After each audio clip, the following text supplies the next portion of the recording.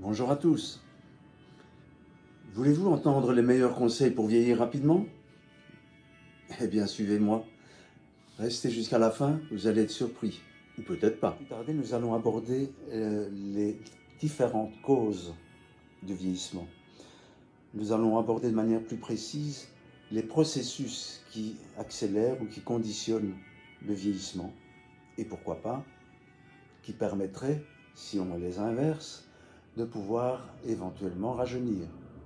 C'est le challenge, ne l'oubliez pas. Il en existe évidemment plusieurs. Le premier auquel on pense, puisque c'est quelque chose qui a été récemment découvert, c'est le raccourcissement des télomères. Ces télomères, ce sont des petits bouchons qui se trouvent à l'extrémité de nos chromosomes et qui déterminent, en fait, un petit peu, vous imaginez un lacet de chaussure, vous voyez, ce petit embout qui se trouve à la fin de nos lacets, eh bien ça pourrait être finalement un télomère. Le télomère va donc se raccourcir au fur et à mesure que la cellule se réplique. Lorsque le télomère devient trop court, la cellule devient sénescente. Donc elle va cesser de se diviser, elle ne proliférera plus, et elle va émettre en plus, et c'est ça le pire, des substances inflammatoires qui sont en fait des signaux pour appeler le système de nettoyage de l'organisme, mais ces substances inflammatoires peuvent causer problème, nous allons le voir également. Il existe bien sûr des causes d'un raccourcissement plus rapide des télomères, et ces processus sont, vous allez le voir, quasiment toujours les mêmes dans toutes les situations.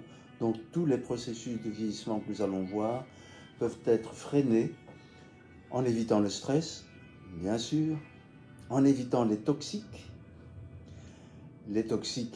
qui nous environnent, bien sûr. Nous parlons des pollutions à la fois atmosphériques, mais aussi des pollutions qui font partie de notre alimentation quotidienne. Une activité physique régulière va aussi avoir un rôle bénéfique. Et bien sûr, je viens de le dire, une alimentation saine, la plus saine possible, va évidemment freiner le raccourcissement des télomères. C'est intéressant parce que, en fin de compte, peu de choses peuvent nous aider à freiner le vieillissement. Ce n'est quand même pas très compliqué. Pas compliqué, mais il faut en être conscient. Deuxième élément important dont il faut tenir compte, c'est le stress oxydatif. Le stress oxydatif, c'est finalement la prolifération d'oxydants, de radicaux libres. Bien sûr, l'apparition de radicaux libres fait partie des processus naturels liés à notre métabolisme.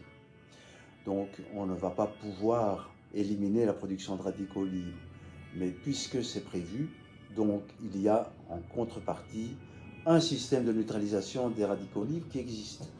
Donc nous avons des antioxydants naturellement, nous en absorbons également via notre alimentation. Tout le monde a déjà entendu parler des antioxydants, des antiradicaux libres. Ça fait partie je dirais, des différentes molécules que chacun maintenant connaît. Mais finalement, les connaît-on si bien? Connaît-on tous les antioxydants et connaissons-nous vraiment leur rôle important? Un autre processus tout à fait naturel qui contribue au vieillissement, c'est la glycation. Alors la glycation, qu'est-ce que c'est? C'est une réaction chimique entre les sucres et les protéines. Alors là aussi, nous avons des contrepoids à cette production de produits terminaux de glycation, comme on les appelle. Donc on pourrait les abréger en PTG. Donc ces produits terminaux de glycation vont pouvoir être neutralisés en interne. Ils vont surtout pouvoir être freinés à leur production en diminuant notre consommation en sucre rapide, surtout les sucres rapides, et également en évitant différents types d'aliments qui sont riches en PTG. Bon, c'est certainement, vous l'avez compris, certains produits industriels. Imaginons les produits céréaliers fabriqués à partir de céréales cuites. Je pense aux crackers, aux snackers, toutes ces barres céréalières dont on vante tant les mérites et qui pourtant ne sont pas dénuées de risques et d'effets secondaires. À côté de ça, les grillades qui vont entraîner une combustion excessive des protéines, vont également entraîner l'apparition de PTG. Alors que font-ils ces PTG? Eh bien, ils provoquent une inflammation chronique. Encore elle, cette inflammation chronique. Alors, cette inflammation chronique va s'attaquer à nos protéines, protéines comme le collagène de la peau, collagène des parois des vaisseaux sanguins, qui vont ainsi perdre leur élasticité.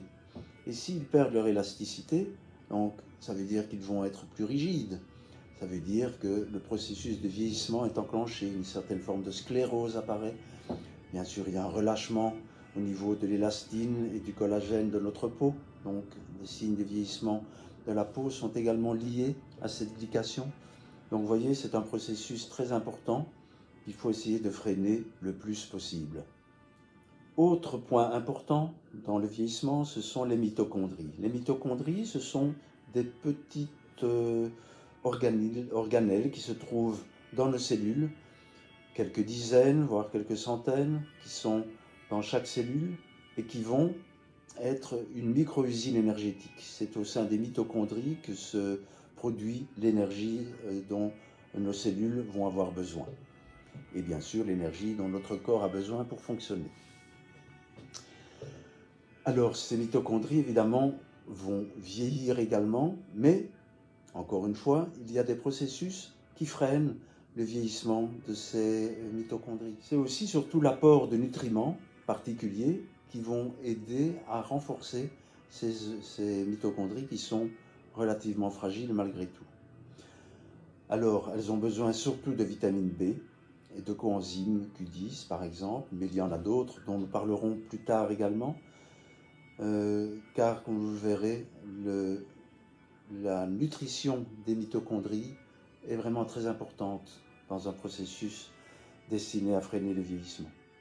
Et le dernier point dont je voudrais parler maintenant, qui est également un point très important, c'est l'équilibre du microbiote. Donc, on a beaucoup parlé du microbiote, surtout le microbiote intestinal, mais sachez d'ores et déjà qu'il n'y a pas que le microbiote intestinal qui nous intéresse. Nous avons également un microbiote buccal, nous avons un microbiote au niveau des voies urinaires, nous avons également un microbiote sur la peau.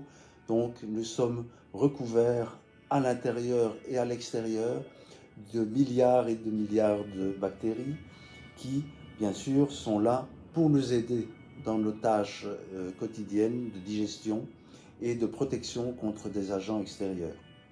Donc nous avons évoqué les différents sujets, les différents processus qui accélèrent le vieillissement. Et donc nous pourrions en profiter pour finalement voir comment vieillir rapidement. Je dis ça avec une pointe d'humour, mais il est vrai qu'on constate quand même qu'il y a énormément de gens qui font tout pour vieillir vite. Vous allez voir pourquoi. Allez, allons-y. Quel serait, selon vous, le premier facteur d'activation des mécanismes de vieillissement? 1, 2, 3, 4. Je vous aide. Les poisons. Les poisons, mais les poisons de tous les jours. Bon, les colorants, le sucre, différentes toxines, pesticides, etc. Le tabac. L'alcool pourrait aussi en excès être considéré comme un poison alimentaire. Donc, allons-y, consommons tout ça. Vous allez voir à quelle vitesse vous allez vieillir. C'est effarant. Un autre élément important, c'est la sédentarité. Oui, sédentaire, oui, c'est vrai que l'homme, depuis qu'il s'est sédentarisé, depuis qu'il est devenu éleveur-cueilleur, bon, l'homme moderne ne bouge plus suffisamment. Il va bouger, oui, il va se forcer à bouger. Il va aller dans les salles de sport, il va se défoncer dans sa salle de sport, mais peut-être aura-t-il été dans sa salle de sport en voiture, peut-être également aura-t-il pris l'ascenseur pour monter à sa salle de sport plutôt que de prendre les escaliers. Tout ça est assez amusant, mais c'est des choses qu'on constate tous les jours. Donc la sédentarité, oui, ça c'est un facteur aggravant. Ça ne veut pas dire qu'il faille courir tout le temps. Je rappelle quand même que l'homme n'est pas conçu pour courir, l'homme n'a jamais été conçu pour courir, l'homme a été conçu pour marcher. D'ailleurs, aucun animal n'est vraiment conçu pour courir. Tous les animaux courent, surtout lorsqu'il y a un danger. Voilà.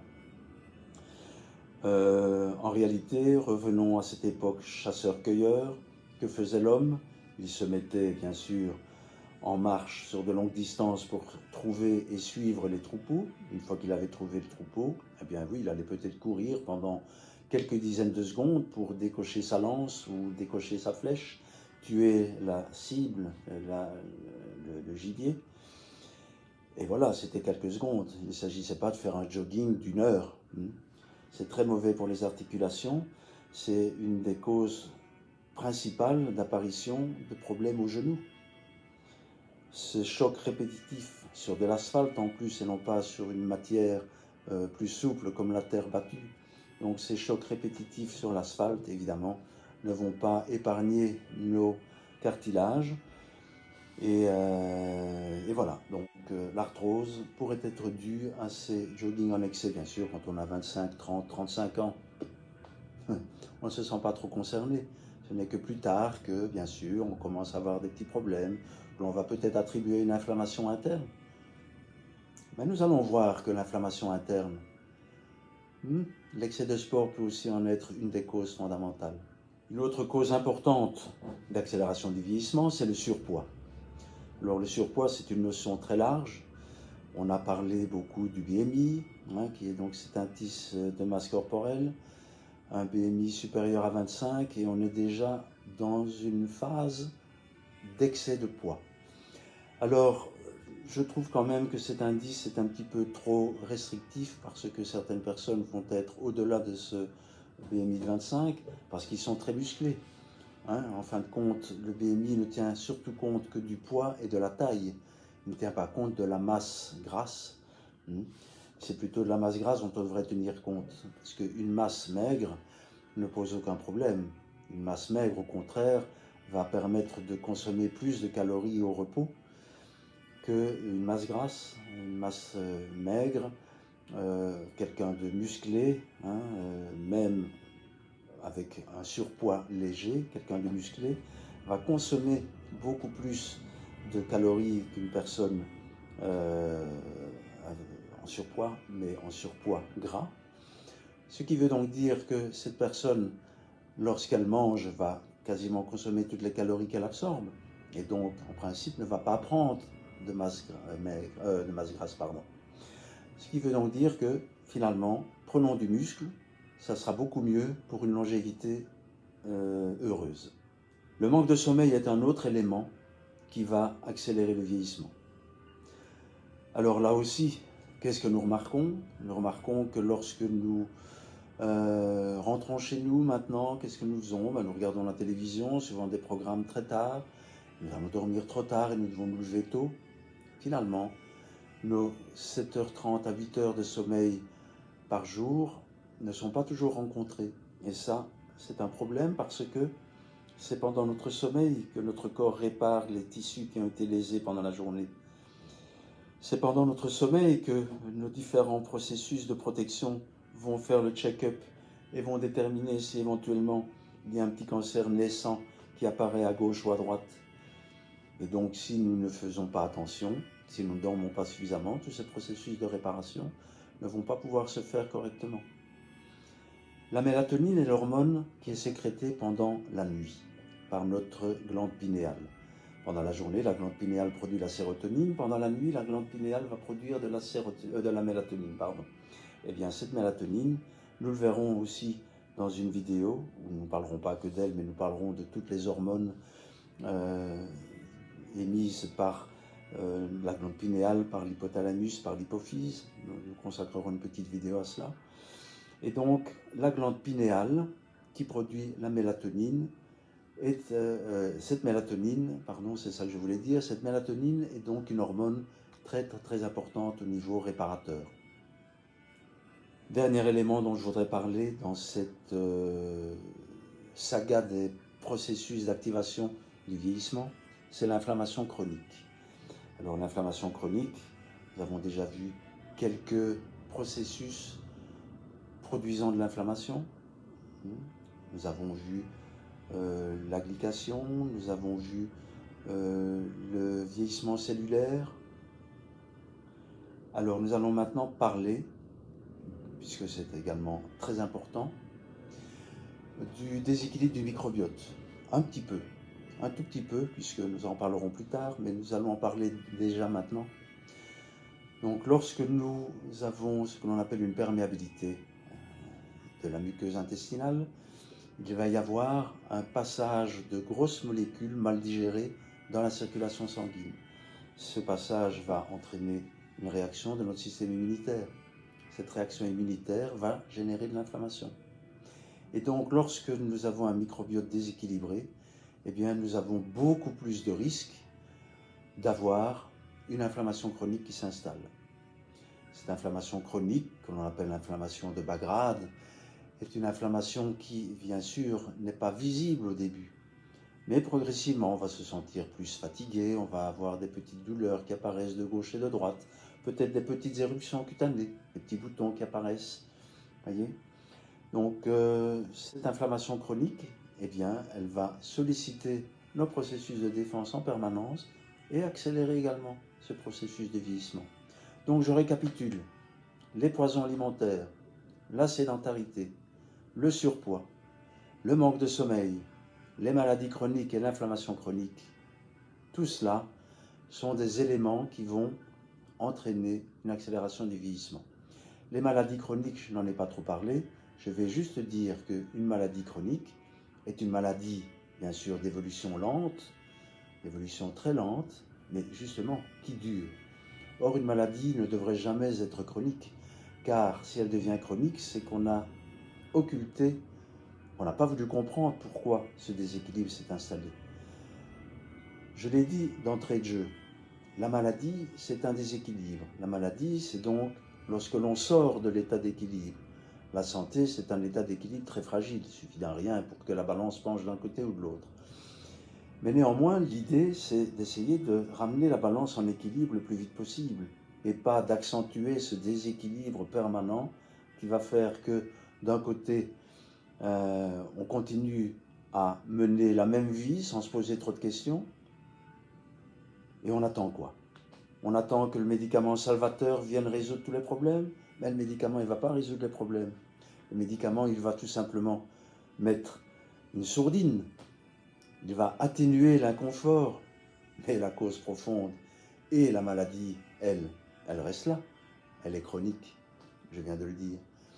Et la maladie chronique, je le répète, c'est un facteur de vieillissement accéléré. Alors avez-vous toujours envie de conserver votre petite maladie chronique et de rester dans votre zone de confort? Ou bien préféreriez-vous malgré tout sortir de votre zone de confort, vous poser les bonnes questions et vous demander « Mais pourquoi suis-je malade? Qu'est-ce qui m'arrive ?» Et nous voici arrivés à la fin de cette vidéo. Vous connaissez maintenant les différents mécanismes du vieillissement, les accélérateurs du vieillissement. Vous avez maintenant une petite idée de ce qu'il faut faire pour freiner ce vieillissement. Mais la prochaine fois, nous aborderons différentes méthodes pour booster naturellement nos hormones, puisque vous savez que les hormones jouent un rôle important pour le maintien de l'homéostasie de notre corps, et nous allons essayer bien sûr de maintenir ces niveaux hormonaux à un niveau optimal, comme une jeune personne.